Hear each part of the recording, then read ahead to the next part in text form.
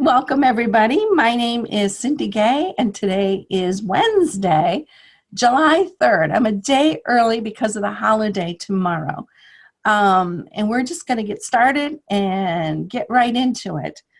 I was at a workshop last week and taught 2 3-day workshops. And there was one thing that I noticed a couple of the people had said to me afterwards. I didn't know that. You really turned the light bulb on for me. And it had to do with packing. So I'm going to talk about that, but I'm also going to talk or address this question from Teresa. I wish these were dated. These aren't dated, so I don't know how long ago she left this question, probably months ago. But she says, I'm struggling with keeping my loops at a consistent high. I mostly use number 8 cuts. She goes, thank you very much.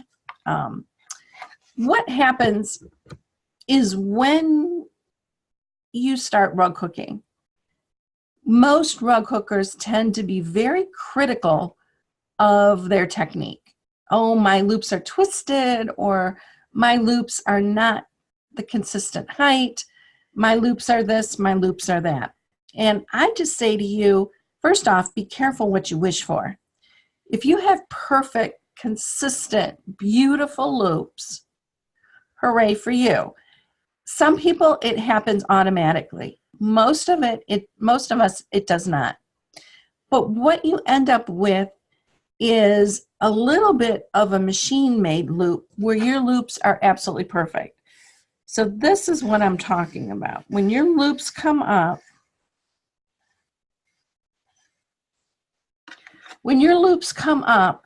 they're going to bloom a little bit. Okay, so if your loops are coming up and they're pretty much just coming up and going straight down, they don't have a bulb at the top where it's bigger at the top than it is at the bottom, then you're not pulling the loop up high enough. Now, how high is high? At a minimum, if you're doing a number 8, then these should be a 1/4 inch high, okay? Because you want to pull the loop as high as it is wide. At a minimum, there are people who pull it up much higher. And I had several people in the group this past week who were pulling their loops up quite high, probably getting close to a 1/2 inch. It makes the rug really squishy. Now their strips were much wider.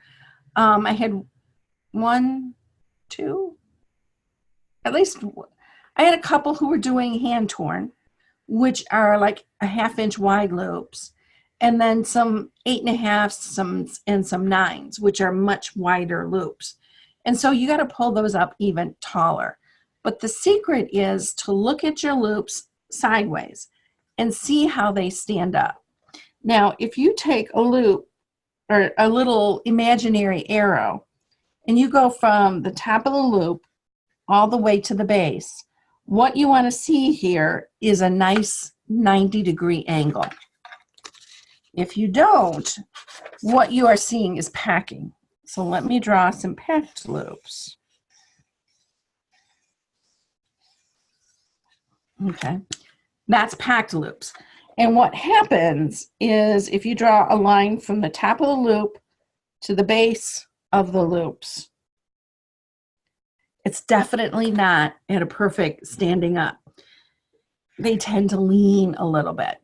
Now, where this came up in conversation during the course had to do with turning a corner. Because when you're turning a corner, page 2,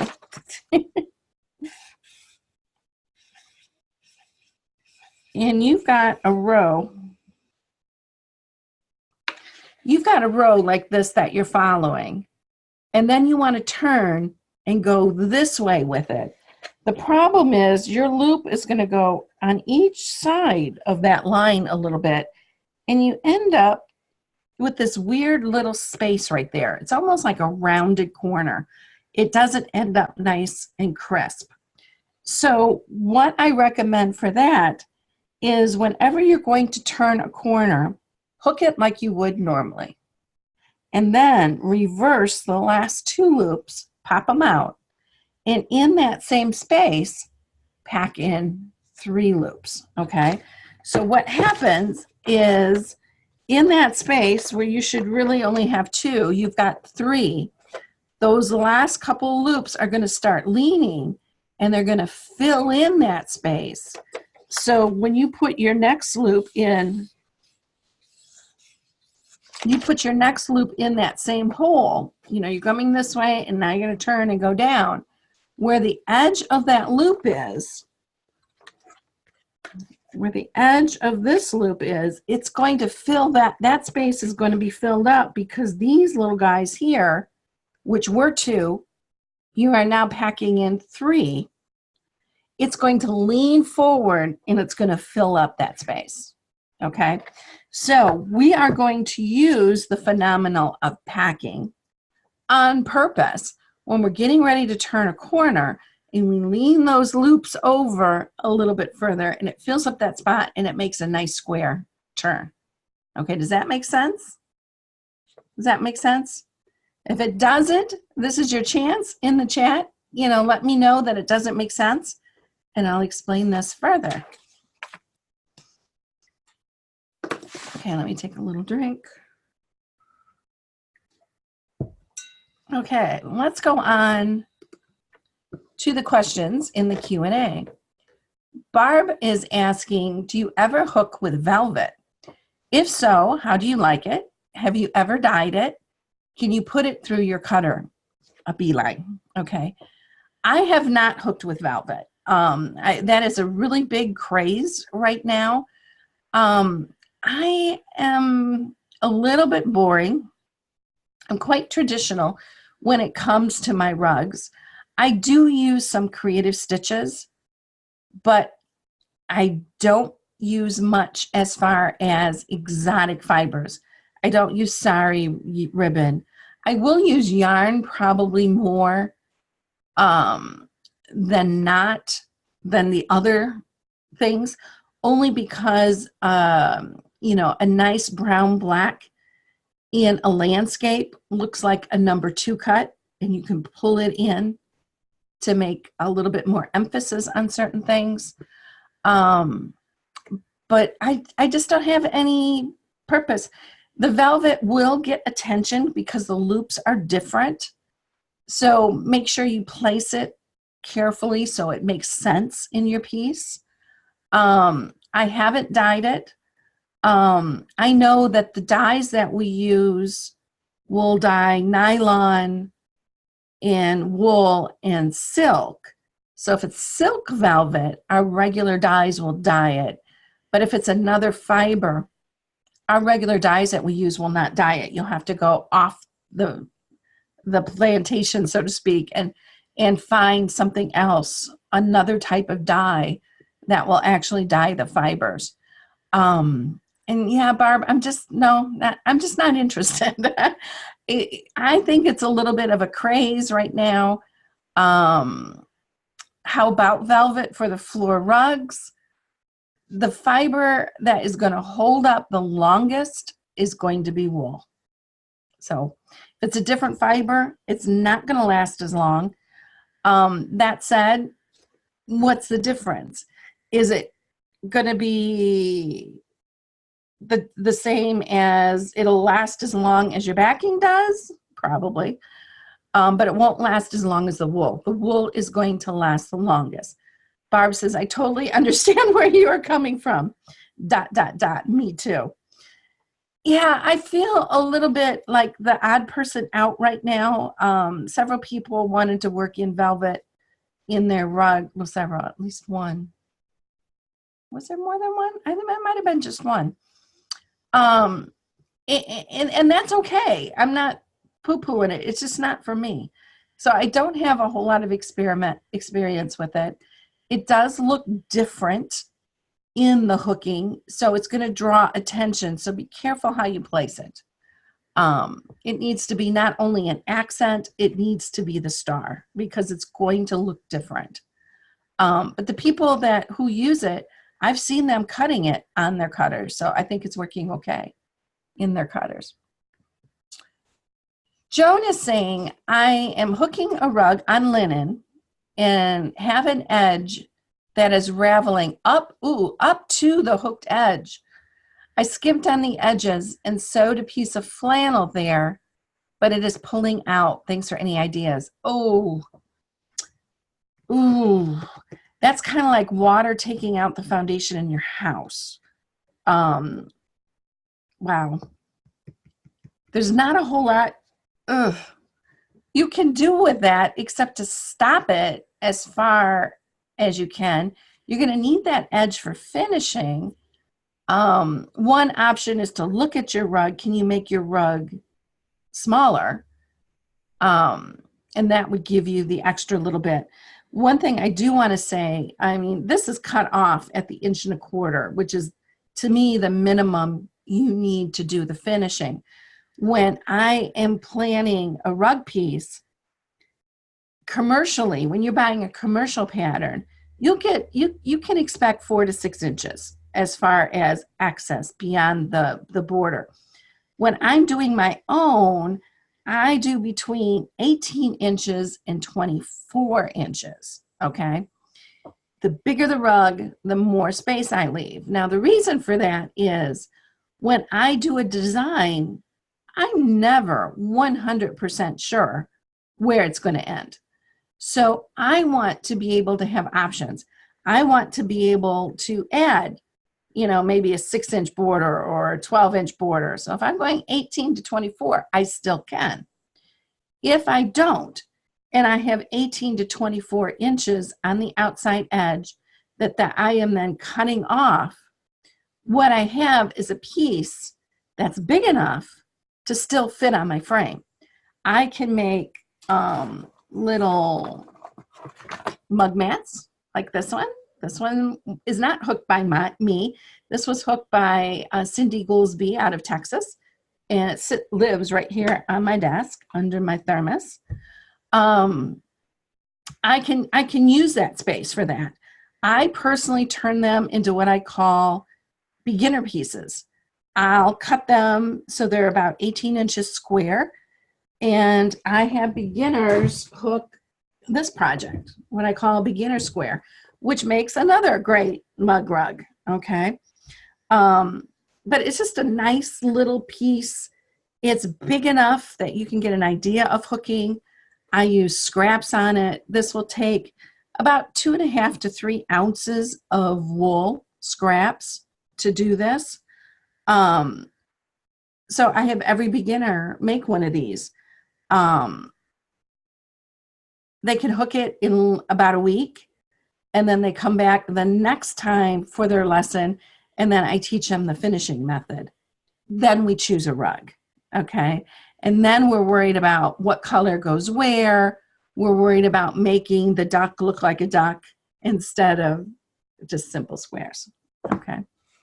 So leave plenty of room.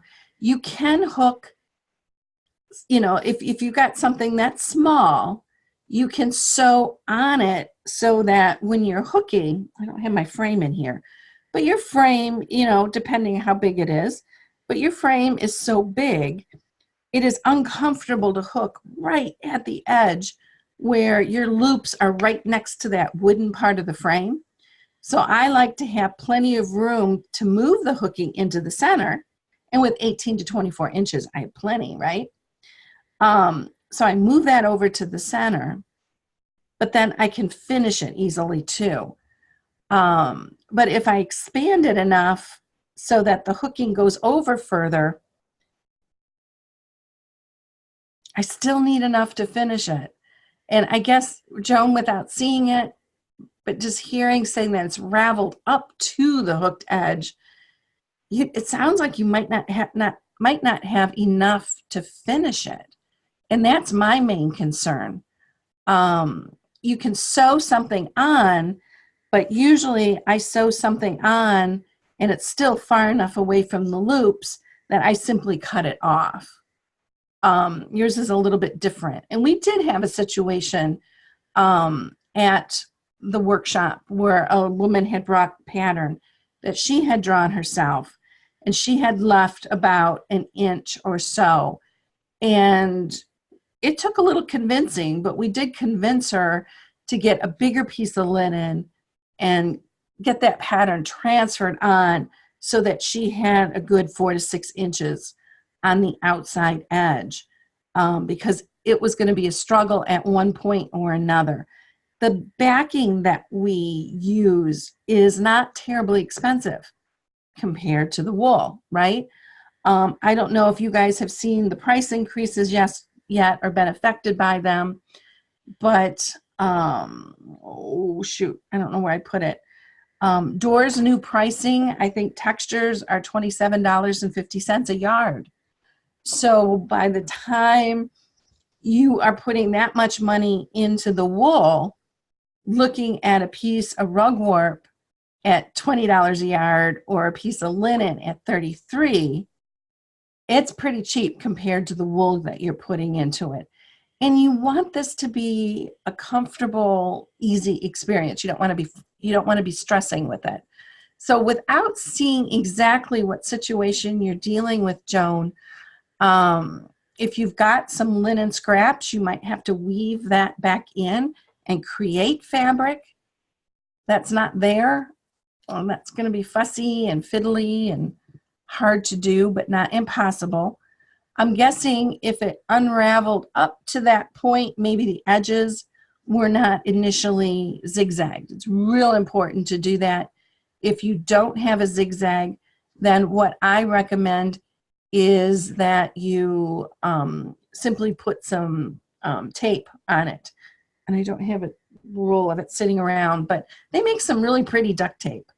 And you can get fancy little patterns, you can get every color under the rainbow, right? And just run tape over it about halfway point, flip it over and fold the tape. And then, yeah, your fibers are going to get sticky, but hopefully you still have enough so that when you're done, you simply cut that off. Don't scrimp on the backing. Okay. Let's go back to some of the comments. Dara is saying, sometimes with smaller cuts, the loops seem to flap over, and I feel I can't hook pack them enough. Am I just pulling the loops too high on these small cuts? It could be. It could be. I do mix cuts. I'll hook a piece with multiple cuts. And I know what you mean about the smaller ones falling over. If I have a piece like my Village of Pemberville, that rug has cuts in them from 8 to a number 2. But a number 2, I never actually hooked with it. I just went back in after the fact and added the 2 in between after they were hooked with, say, 5s or 6s or 7s, that type of thing.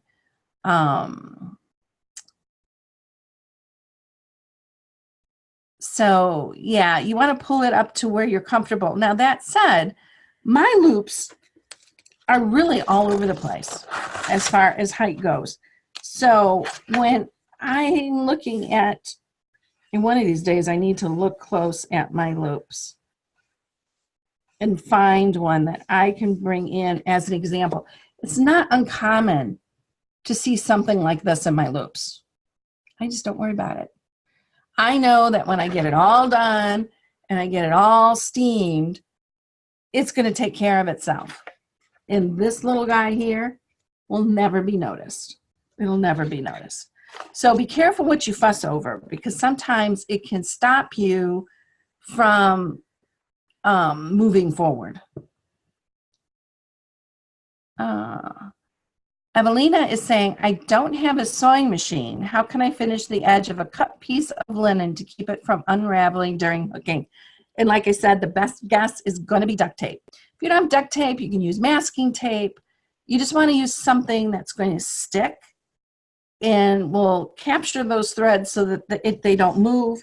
The other thing you can do, let me see if I have, I know I've got a sample. in here.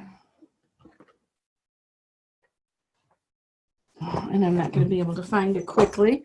But the other thing that you can do is take like a 1/4 inch or so of the backing, fold it to the back.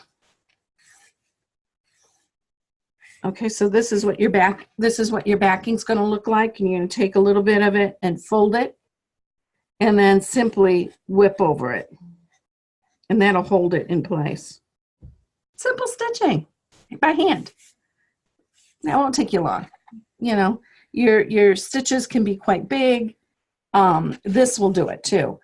Don't try to hook with it unsecured because it will go all over the place. Olivia says, I used fraying glue.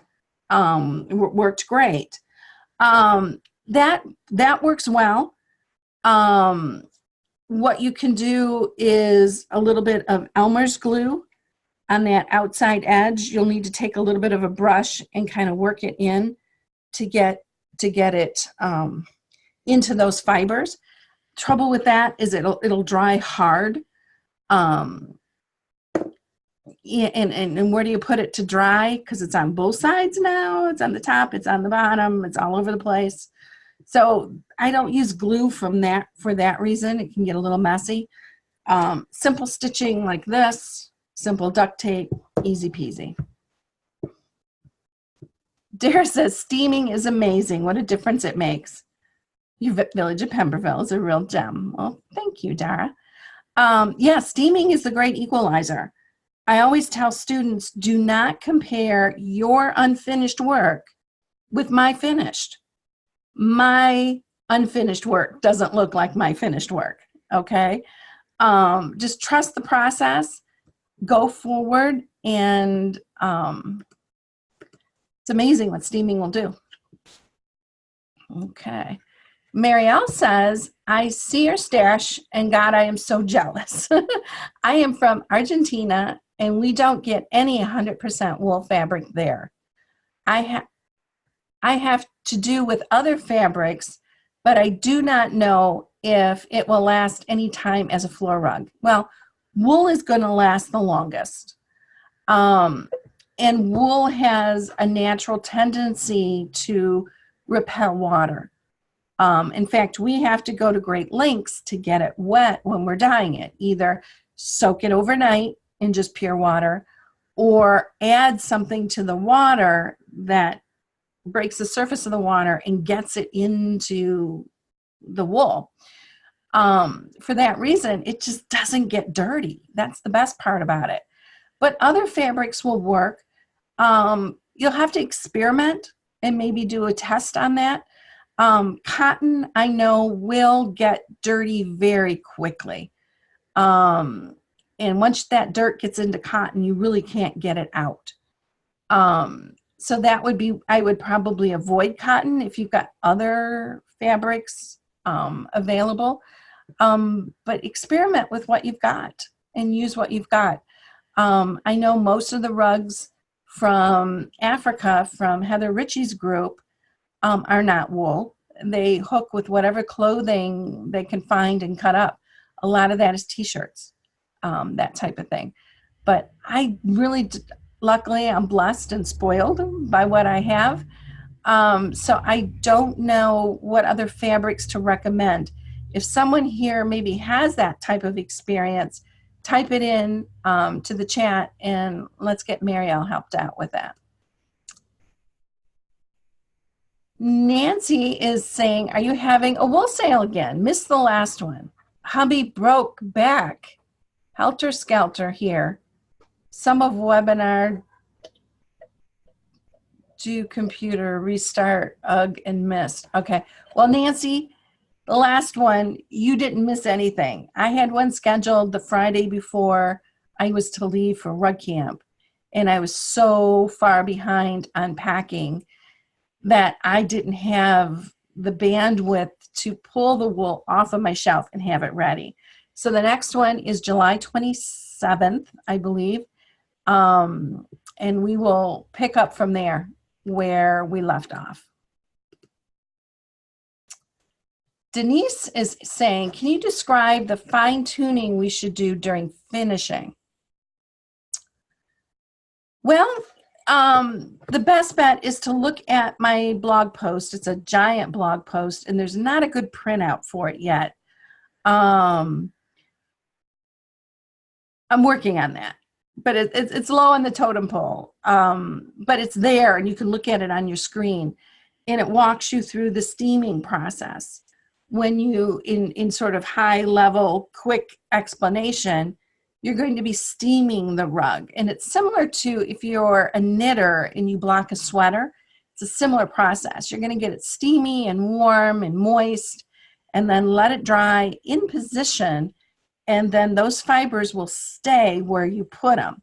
So the one thing you want to do is to measure the diagonals. Those diagonals should be equal. So if they're not, your rug is doing this. Okay, it's not 90 degrees. And you just have to pull on the short diagonal, and that will get you to where you need to be. But the important thing is let it dry. Do not mess with it. If it's super humid, it's going to take longer to dry. If your rug is smaller, one trick that I've used is to find a large window screen and prop it up. I prop it up with coffee cups on a table, put the window screen on top of it, put the rug on top. It can dry from underneath and from the top a little bit faster. Still give it several days. If it feels even the slightest bit cool to the touch, it means it's still damp. So that would be the first thing. Steam it and then check the diagonals. And then you start doing the cutting off and getting it prepped for whatever your finish is. And how you cut it off and what you do at that point is going to be determined by what finish you use. I love to work with a finish called the fold forward finish, mainly because it's nice and clean on the back. There's no rug tape that you need to get. There's no rug tape that you need to process, because if you use rug tape, this stuff is notoriously sketchy. So you need to cook it to get the excess dye out. You need to cook it to shrink it, because you don't want it doing any of that when it's on your rug, and then steam it. This is a piece that was jet black. It's now charcoal gray, okay? Sometimes it can turn a completely different color when you do that. So I don't worry too much about matching that. I avoid using this because I don't like the method that I have to go through for that. And I like this finish. Nice and clean, nothing there, lays nice and flat, doesn't have any kind of a extra height on that outside edge that makes that edge flip up. It just behaves itself really well.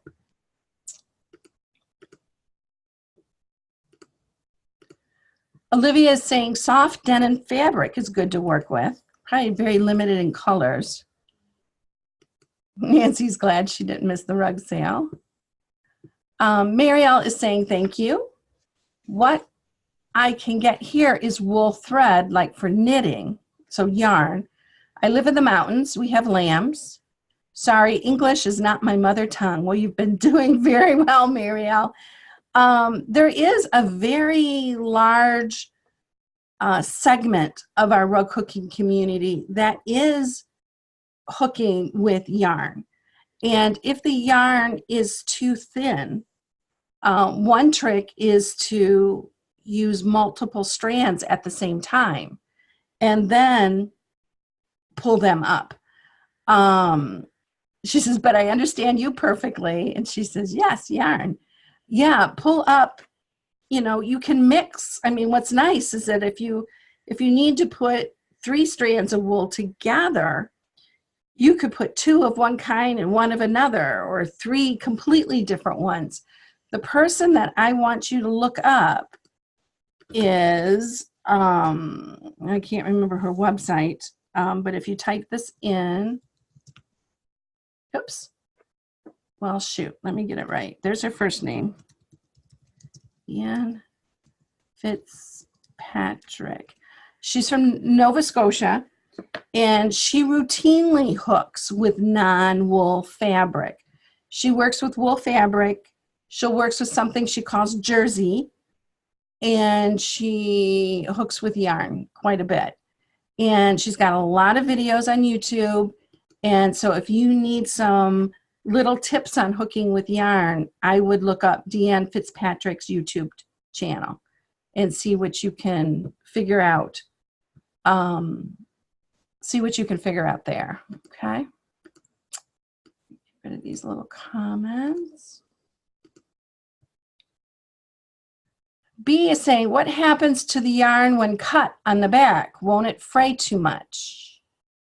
No, because you begin and end the same way. You bring the yarn to the top, and then once it's surrounded, you cut off the strand of yarn, and it works just like wool fabric.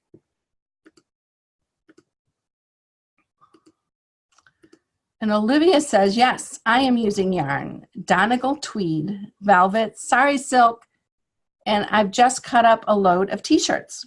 Yeah, use what you have on hand. Evelina is saying, I've seen rugs hooked with dyed pantyhose. Yes, those are, oh, come on, guys, help me out. What is, there's a name for those kind of rugs. There's a style, there's a name, it's named for the location. Grenfell, thank you, Jolita. Grenfell rugs are hooked with dyed pantyhose, dyed nylons. Most of those were silk. And remember, silk dyes up the same way that wool does, so you can use the exact same things. Nylon, the fabric nylon, the fiber nylon, also gets dyed with the same wool fabric dye. So you could do that. You can dye those. The problem now is that nurses don't wear pantyhose like they used to, so we don't have that backlog of raw material available. So that's the biggest issue with that, because now that's getting impossible to find. But yeah, you can use whatever, and you can mix. I am just lucky that I don't have to, and I don't want to. So I use 100% wool. And that's what I enjoy hooking with. I like the way it feels going through my fingers. I like the way the loops come up and the way they form. Now, not all wool is created equal. There is some wool that is much, much, much too thin, in my opinion. That, to me, is not good rug hooking wool. I have to have a thicker, fluffier wool for rug hooking. But it's all about what you're used to, you know, and what you have available. Let's create what we can with what we have. That's going to be the best way to do that. I've run out of questions in the Q&A, so if you've got one, please ask a question there. B just mentioned, she says, mixing can make it interesting. Depends on the pattern. It does. You know, you kind of have to like look for different things. Hooking an oriental, which is very organized and very, very formal, might be a lot more challenging done in mixed fiber. Could it be done? I would think so, and I'd love to see the person who does that, because that would be very interesting. I know there was a discussion early on when I started hooking that, and it's interesting how these rules come into play, and people take them as gospel, and then someone breaks it, and then it goes away as a rule. So the rule when I started was, you cannot hook a rug with 100% textures. Boy, most of my rugs are mostly textures. I use very little solid wool, mainly because I love the way a textured wool, and when we say textured, we just mean patterned, kind of like how this one is or how that one is, right? It doesn't, they're not nubby, they're smooth, just like regular wool. They're just done woven with different colored thread so that when the fabric is done, it has multiple colors in that fabric. And it is a look that you just cannot duplicate in a dyed wool, at least in a conventionally dyed wool. Evelina says, how do I estimate how much yarn I need to whip finish my rug? Perfect. Let me show you. I've got a calculator on my website that will do that for you. Okay.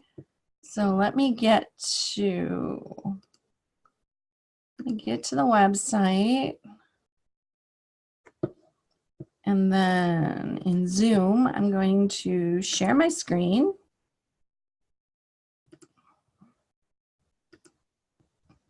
So you guys should by now see my screen. Hopefully you are seeing my screen. Where's the chat? Can I even see the chat when I'm here? I can see, well, here, chat, there it is, chat. So if someone could just let me know in the chat box that you can see my computer screen. This is my website, cindygayrugcooking.com. Whenever you want to find anything, go to the bottom, go for the search box, and then I'm just going to type in yarn. And it's going to give you all the articles that I've written. Ooh, Evelina is saying she can't see the screen. No. Okay, let me stop the share. And let me try this again. This usually works pretty good. Let me do this one. Okay, and open the chat. Okay, so Susan is saying she can see it now. Thank you guys. Okay, so what I did, I was at, let's go back and recreate the whole experience, right? If you're at my home screen, by the way, you can always click home if the website has it on their menu like this. If they don't, did you know that most websites are set up so that if you click the logo in the upper left-hand corner or at the top of the screen, sometimes it's in the center, that'll take you to the home screen or to the home page. And what you want to do is go all the way down to the bottom, down here, and I'm going to type in yarn. How much yarn do I need to whip my hooked rug? There we go. So this is, the calculator used to live on this page, and for whatever reason, I don't have enough program experience to make it work. So you have to click this little link right here. And then once you get there, here's a calculator. It's not party, but boy, it does the work. Let's say we have a rug that's 25 by 36. The next piece of information we need is the number of whipped inches. So what you need to do is you need to make a little sample like this, right? And just take a piece of scrap backing, prepare it the same way that you're preparing it on your rug. I like about a 5-foot length of yarn. And the reason I like 5 foot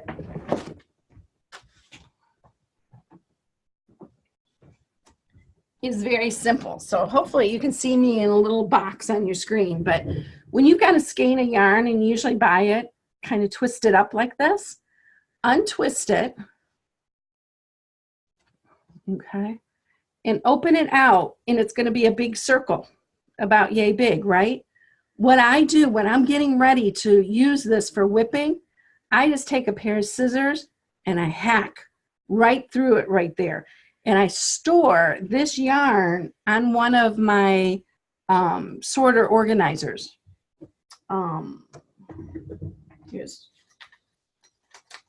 Here's one that I send out as samples with new people who order from my website. So I would put this on here like so, and then turn this inside out. These are called strip sorters. So if you're using the search box, that will help you to find it so you know where to go to buy it. And the bottom end of this, I literally just hack through it with scissors, boom, boom, boom, and cut through it, right? And then I can pull out one strand at a time. This will make the length of strand that you're working with then is about 5 feet or 60 inches. So what is being asked here is taking that 60-inch piece of yarn, you whip with it. How much do you get? How much can you whip with it? You can usually whip between, say, 4 to 5 or 4 to 6 inches. Let's say we got 5 1/4 inches, okay? We started with a 60-inch strand. Then all you do is hit calculate. So it says you will be whipping a total of 122 inches. You will need 24 strands from here. And as you can see, there's a lot more than 24. So your total yarn requirements is 120 feet or 40 yards. So when you're buying a skein of yarn, you can look at it to see about how much it's going to do. The other way to calculate it is just know that for every foot you can get, a half foot will give you, easy measurements, but I use 4 inches and then just whip out my calculator on my iPhone. And most skeins of yarn like this one will probably do 3 to 4 rugs that size. Okay, so you don't need as much as you think you need. But if you consistently store your yarn this way and you cut it at the bottom, and maybe you use it for hooking or maybe you use it for whipping, and I've got a partial skein in this organizer and I don't know if I have enough, I can literally come through here and just count the number of strands that I have and then look at this calculation and see if it's enough. Okay? So that gets you where you need to go. Okay?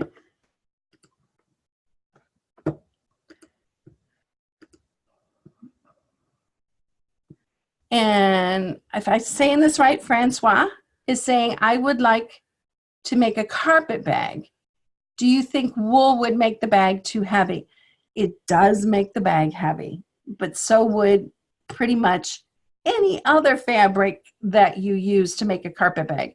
The very nature of a carpet bag is you're hauling around part of a carpet, right? They are heavy. Now, the way to sort of avoid making it too heavy, if you want to make an informal one, where is the stool? Let me grab something.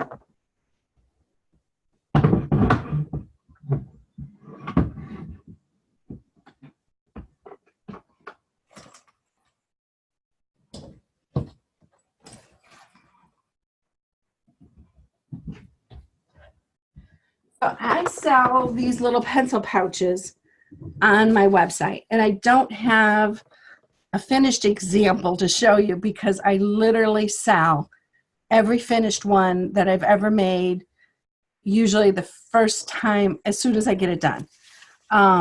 What I like about it, it's got a nice flat side. This is where the hooking will go. And then this becomes the business side of your hook piece. What I love about it is that I've got this little pocket here with mesh netting that I can see through. So if I'm at a hotel, I can slide my hotel key into here. Most of them with the new ones, all you have to do is get it close. So while I'm wearing this, slung over my shoulder, I can literally just take it and put it up to the door, gain access, and I never have to take my key out. That's the best part. It has a pocket here. This is where the important stuff goes. That's where my cash and my credit cards go. And then for everything else, it goes into this bigger pocket, which also then has an expandable zipper. So I can even put a snack in there. Okay. I can put a small water bottle. I can put a lipstick. I can put my phone. You can get a lot into these little guys. Okay. And usually that's enough to get me through an exhibit. These are called pencil pouch. If you go to my website, let's do that again. Okay. Since it worked last time, let's try it. So from here, I am going to go back to Cindy Gay Rug Cooking. I'm going to go down to the bottom in the search, and I'm just going to put in pencil. There they are, pencil pouch. And there's the pencil pouch. You can order it. It also has a video here which shows you how to transfer the pattern. If you click on this image, you'll get a downloadable pattern that you can use for this. I also recommend that you trace the outside of your pencil pouch.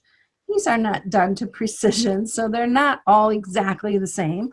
So you'll want to trace your pencil pouch and get that the outer part of the mat that you're going to be hooking to cover. Make sure it matches yours.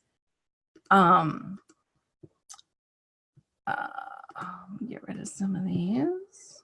Okay. So that's just a free download pattern. Back. I think that's it, pretty much. There are 2 longer videos from September 2017, part 1 and part 2.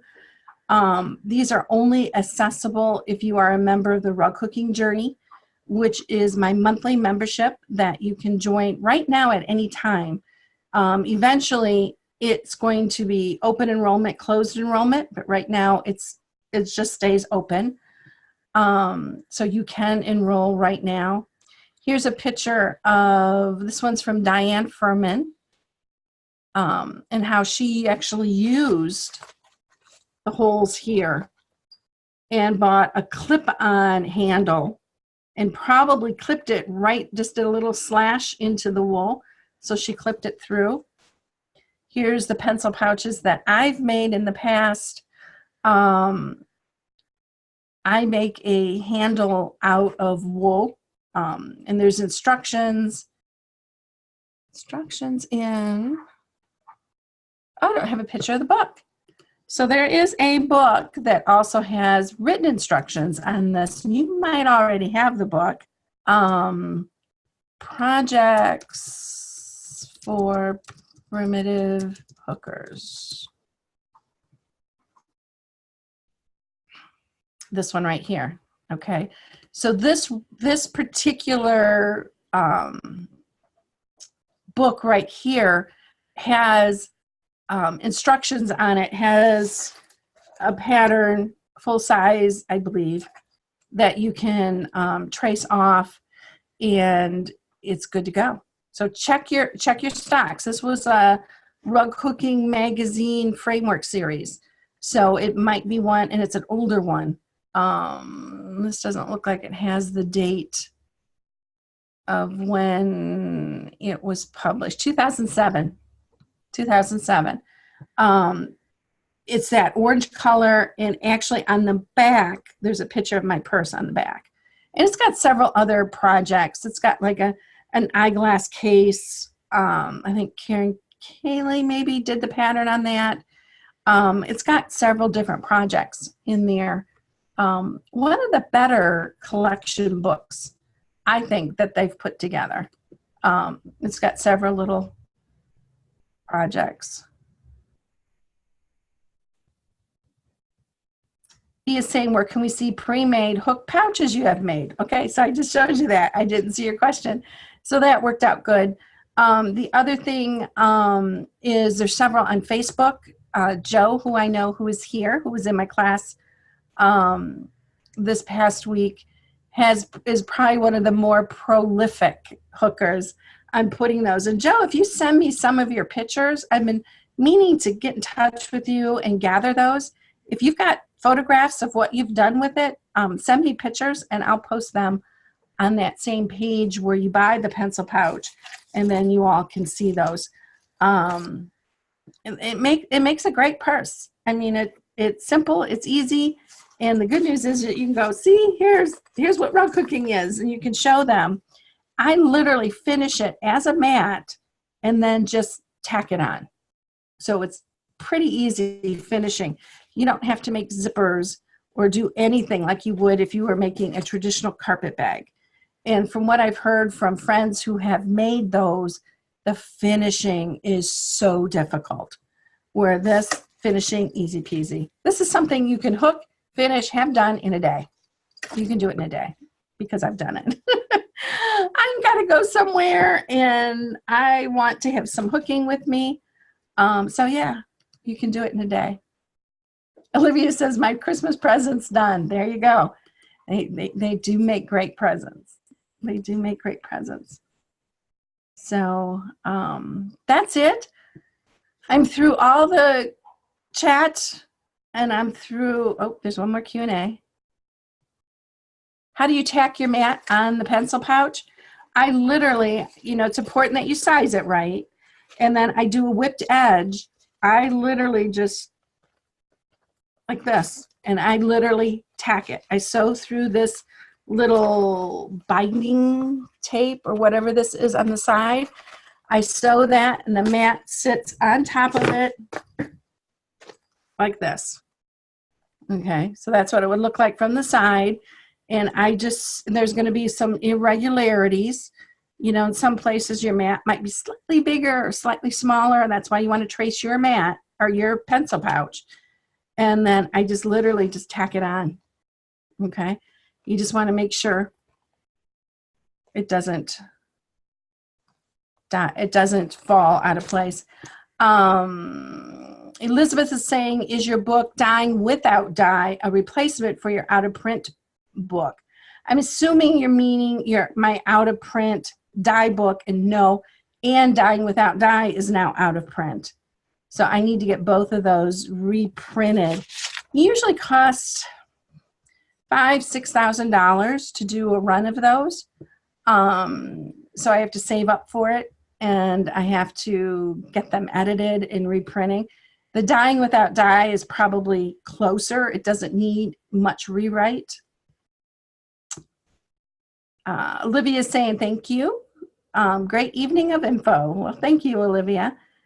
What date is your next wool sale? Let's get this right. It's going to be the last Saturday of the month, unless something comes up. Like May came up, it was in the States, we have Memorial Weekend is the last, where's it at? Where it is? The last Saturday of the month, so we moved it a week earlier. In June, I was out of town the last Saturday of the month. But in July, we're back to the last Saturday of the month. So it's going to be July 27th at 4 p.m.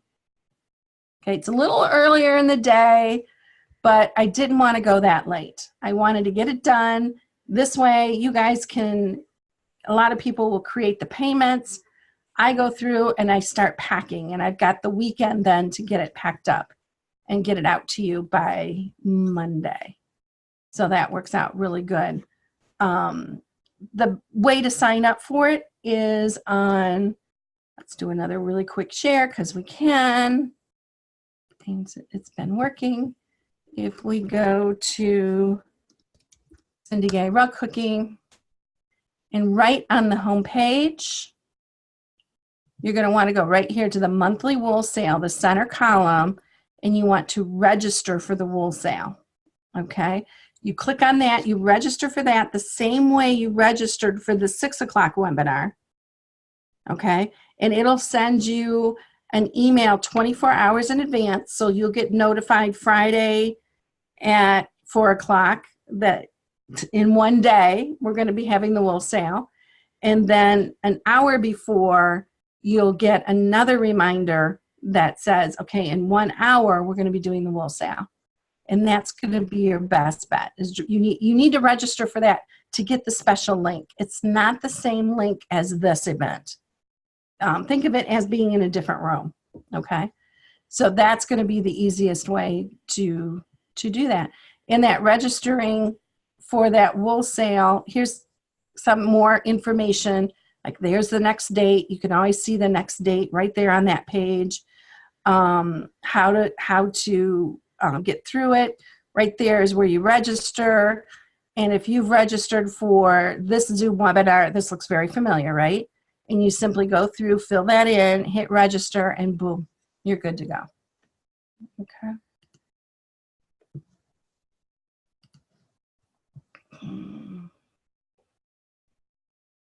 So Evelina is saying, how does a sale work? Is it an online sale? Yes, it is an online sale. And the way it works is I literally just hold up the different pieces of wool, because they're scraps, basically. They're pieces that are too small. Some are too big. They're irregularly shaped. They're not the perfect shape to go on my shelf. So those always went upstairs to my personal closet, and I need to create more room up there. So I'm slimming that down. So that's where this is coming from. And I'll show you every piece. And if there's something wrong with it, I'll tell you what's wrong with it. You're going to get about, well, at the old prices, I don't know what it is at the new prices. At the old prices, it was about a $64 value for 25. And 25 includes shipping to the continental US. If it's shipped outside of the country, I will give you a $5 credit, because that's what I budgeted for shipping. So you'll get $5, you'll pay 25, you get $5 off whatever the shipping is, and then you'll have to pay the difference if you're out of the continental US. And then if you buy multiple batches and you're outside the continental US, let's say you buy 3 batches, you're going to get a $15 credit on the shipping. So the more you buy, the more credit you'll get, and you will save some money, and it won't cost quite as much to get it there. So that's it for today. I think we've got everything.